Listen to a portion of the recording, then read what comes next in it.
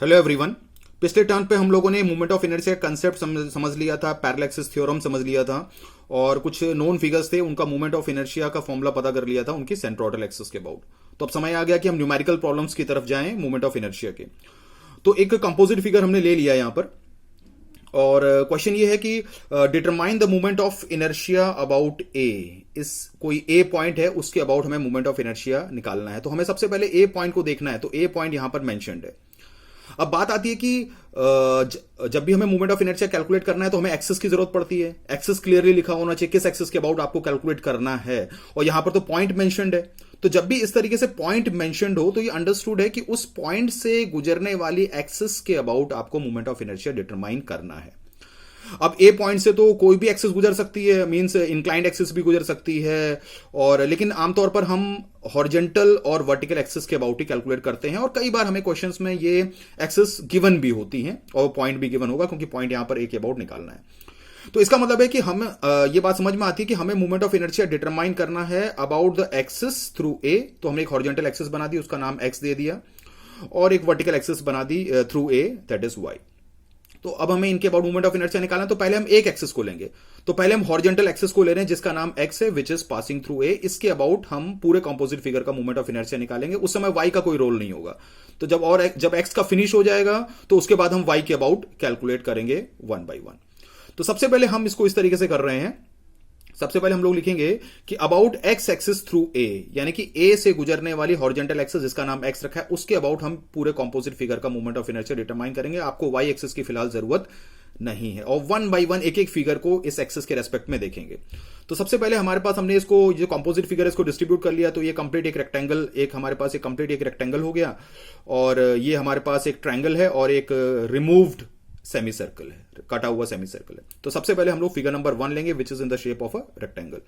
अब रेक्टेंगल बना लिया और वो एक्सिस बना ली जिसके अबाउट हमें मूवमेंट ऑफ इनर्शिया निकालना है, वो उसके बेस से निकलेगी इस तरीके से। This is x axis, okay.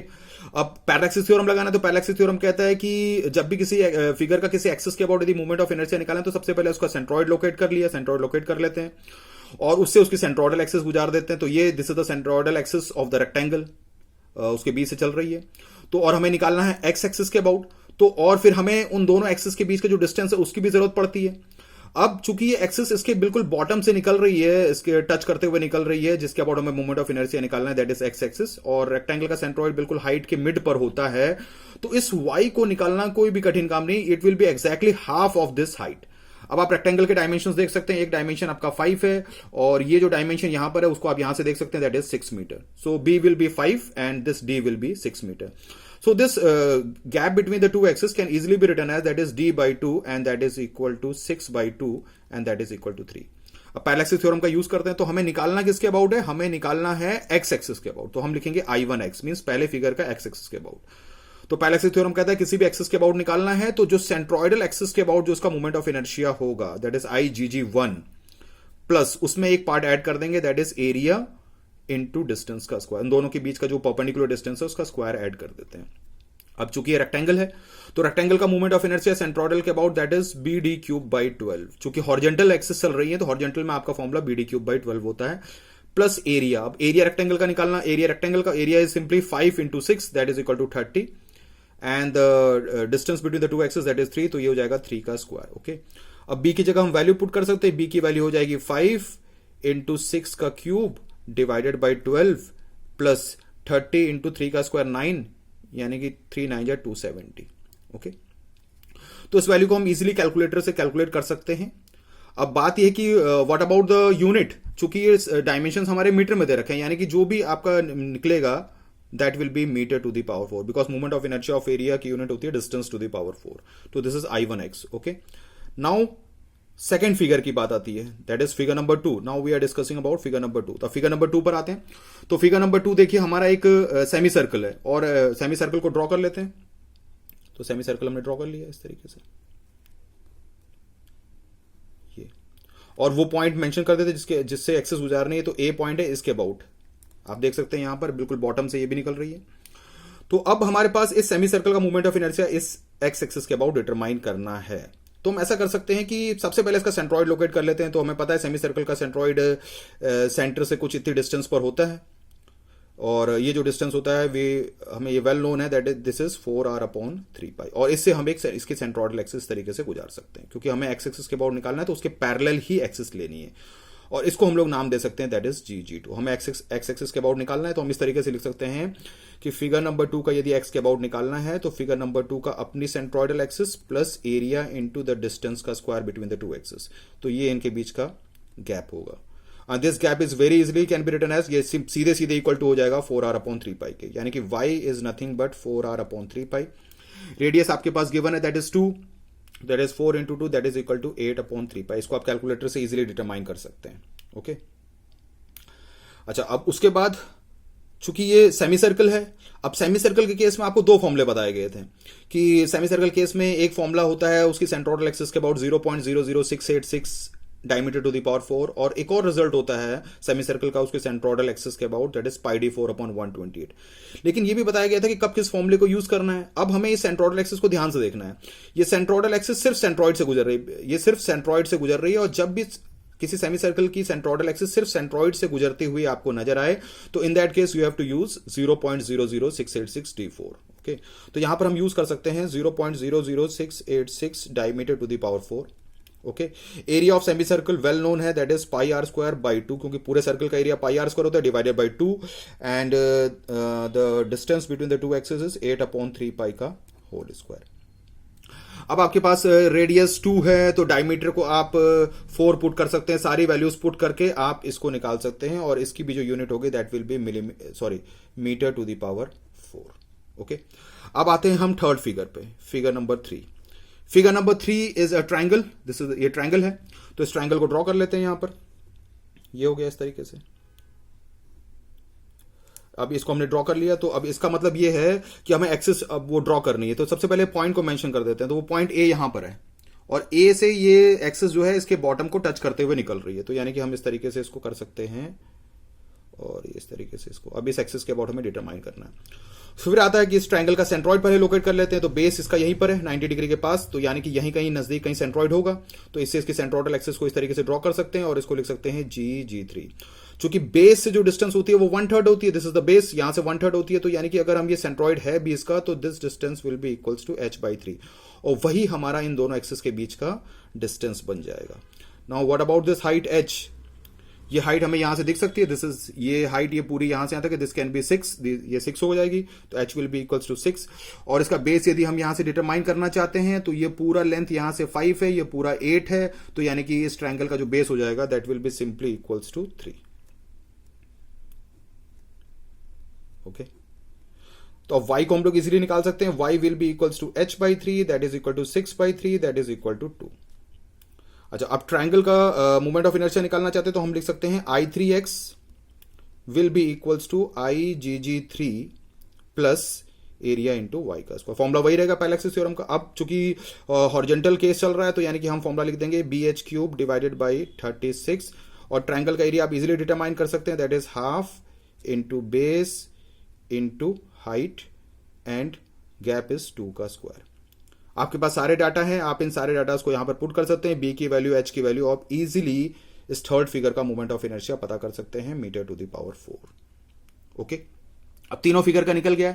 अब लेकिन ये चूंकि कंपोजिट फिगर है तो हमें पूरे फिगर का मोमेंट ऑफ इनर्शिया डिटरमाइन करना होगा, तो हम इस तरीके से लिख सकते हैं दैट इज आई, हम इस तरीके से लिख सकते हैं दैट इज आई एक्स यानी कि net, that will be equals to I1x minus I2x and plus I3x। अब यहां पर ये सेकंड फिगर को हमने माइनस लेके क्योंकि वो रिमूव्ड है, वो लेस हो चुका है, कम हो चुका है, तो जैसे सेंट्रॉइड में करते थे वैसे यहां पर भी करेंगे, यानी कि इन सब वैल्यूज को यहां पर पुट करके हम IX के एक्स एक्सिस के अबाउट मोमेंट ऑफ इनर्शिया निकाल सकते हैं अबाउट A। ओके, अब हमारा सेकंड पार्ट आता है। सेकंड पार्ट है about Y axis through A। Okay, about Y axis through A। एक बार फिगर को जल्दी से फिर से बना लेते हैं, जैसे कुछ कंपोजिट फिगर को फिर से मैं ड्रॉ कर दे रहा हूं यहां पर आपकी सहूलियत के लिए। ये इस तरीके से सिचुएशन थी और यहां पर हमारा सेमी सर्कल था। ओके, फिर ये Y एक्सिस यहां पर ड्रॉ कर देते हैं, this is the Y axis through A। अब एक्सिस को एक्स एक्सिस को नहीं भी बनाएंगे यहां पर चलेगा क्योंकि अब हम Y एक्सिस पर आ चुके हैं, और इसका रेडियस था that was 2 and this distance was 5, this distance was 3 and this height was 6. Okay, तो अब वन बाय वन हम वाई एक्सिस के about movement of inertia determine करेंगे. This was figure number 1, this was figure number 2 and this is figure number 3. तो सबसे पहले हम figure number 1 को लेंगे और सिर्फ अब वाई एक्सिस पर फोकस करेंगे. तो फिगर नंबर 1 ले लिया, इस तरीके से सिचुएशन है. ये वाई एक्सिस हमने ड्रॉ कर लिया इस तरीके से. अब ये इसका जो हाइट है रेक्टेंगल का, that is 6 metre which is represented by D, and this is its base which is equal to 5 metre. Okay, अब हमें ये ए पॉइंट यहां पर है, इसके अबाउट मूवमेंट ऑफ इनर्शिया. अब आपको वाई पर फोकस करना है, तो फिर पैरेलल एक्सिस थ्योरम लगाना है.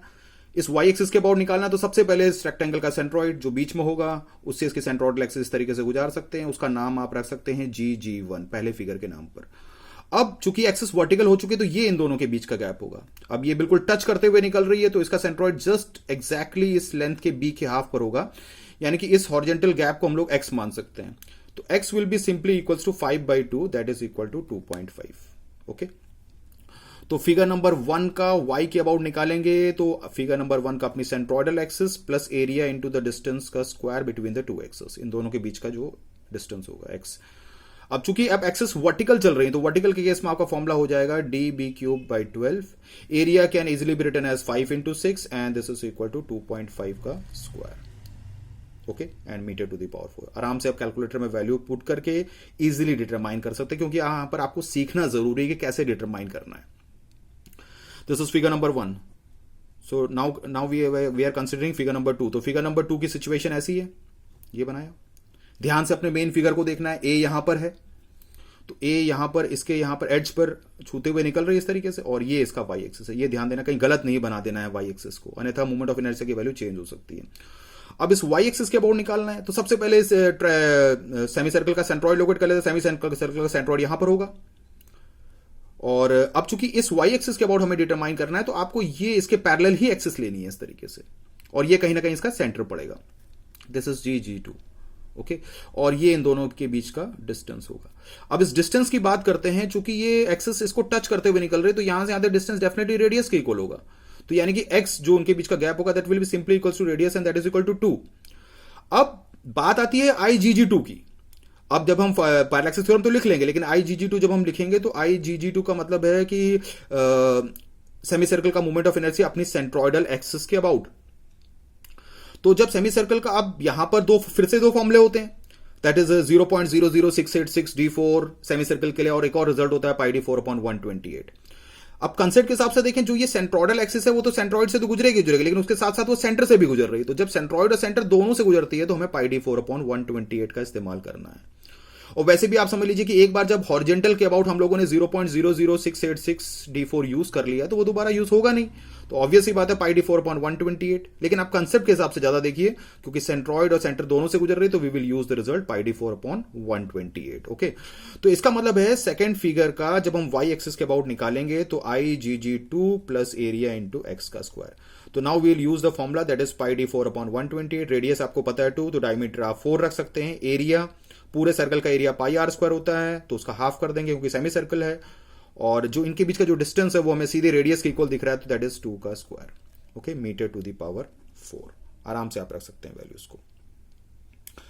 चलिए, अब आते हैं फिगर नंबर 3 पर.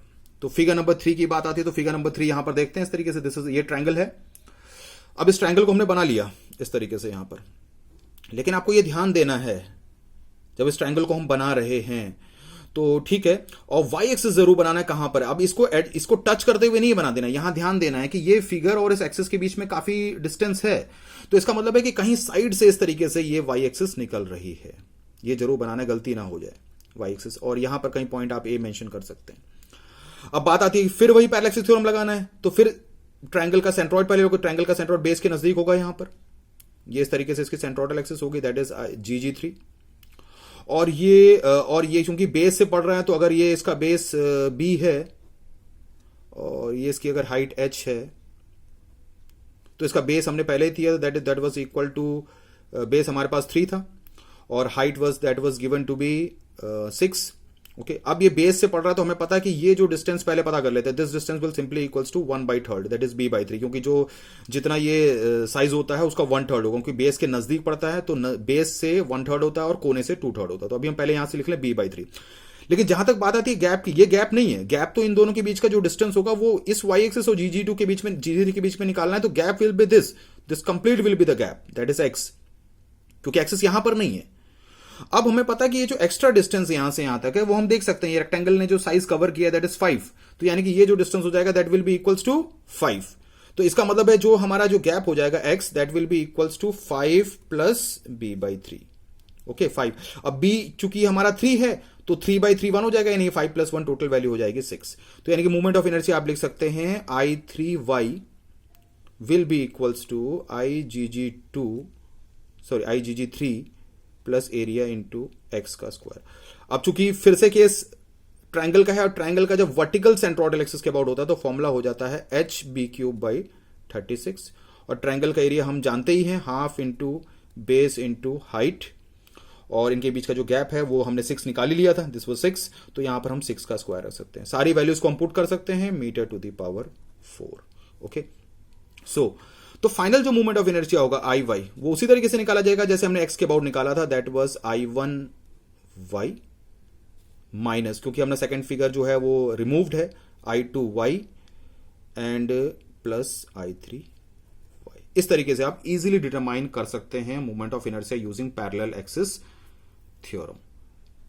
ओके अच्छा, तो ये तो हो गया किसी एक टाइप की प्रॉब्लम्स जब हमें मूवमेंट ऑफ इनर्शिया किसी एक्सिस गिवन है या पॉइंट गिवन है उनके अबाउट मूवमेंट ऑफ इनर्शिया निकालना है, तो हम उस एक्सिस के रेस्पेक्ट में सारे फिगर्स को अलग अलग देख के मूवमेंट ऑफ इनर्शिया को डिटरमाइन कर सकते हैं। और चूंकि हमें एक्सिस क्लियरली नहीं थी कि हॉरिजॉन्टल के अबाउट निकालना है, वर्टिकल के अबाउट निकालना है, सिर्फ पॉइंट मेंशन है, इसलिए हमने दोनों एक्सिस के अबाउट निकाला। और आपको यह भी चीज ध्यान रखना है कि जब हम एक बार एक एक्सिस के रेस्पेक्ट में चीजों को ले रहे हैं तो आपको उसी रेस्पेक्ट में लेके चलना है। आपको जब एक्स एक्सिस के ले रहे हैं तो वाई एक्सिस के बारे में सोचना ही नहीं है, उससे कंफ्यूज नहीं होना है, वन और पैरेलल एक्सिस थ्योरम लगा के फॉर्मूला लगा के वैल्यूज पुट करनी है।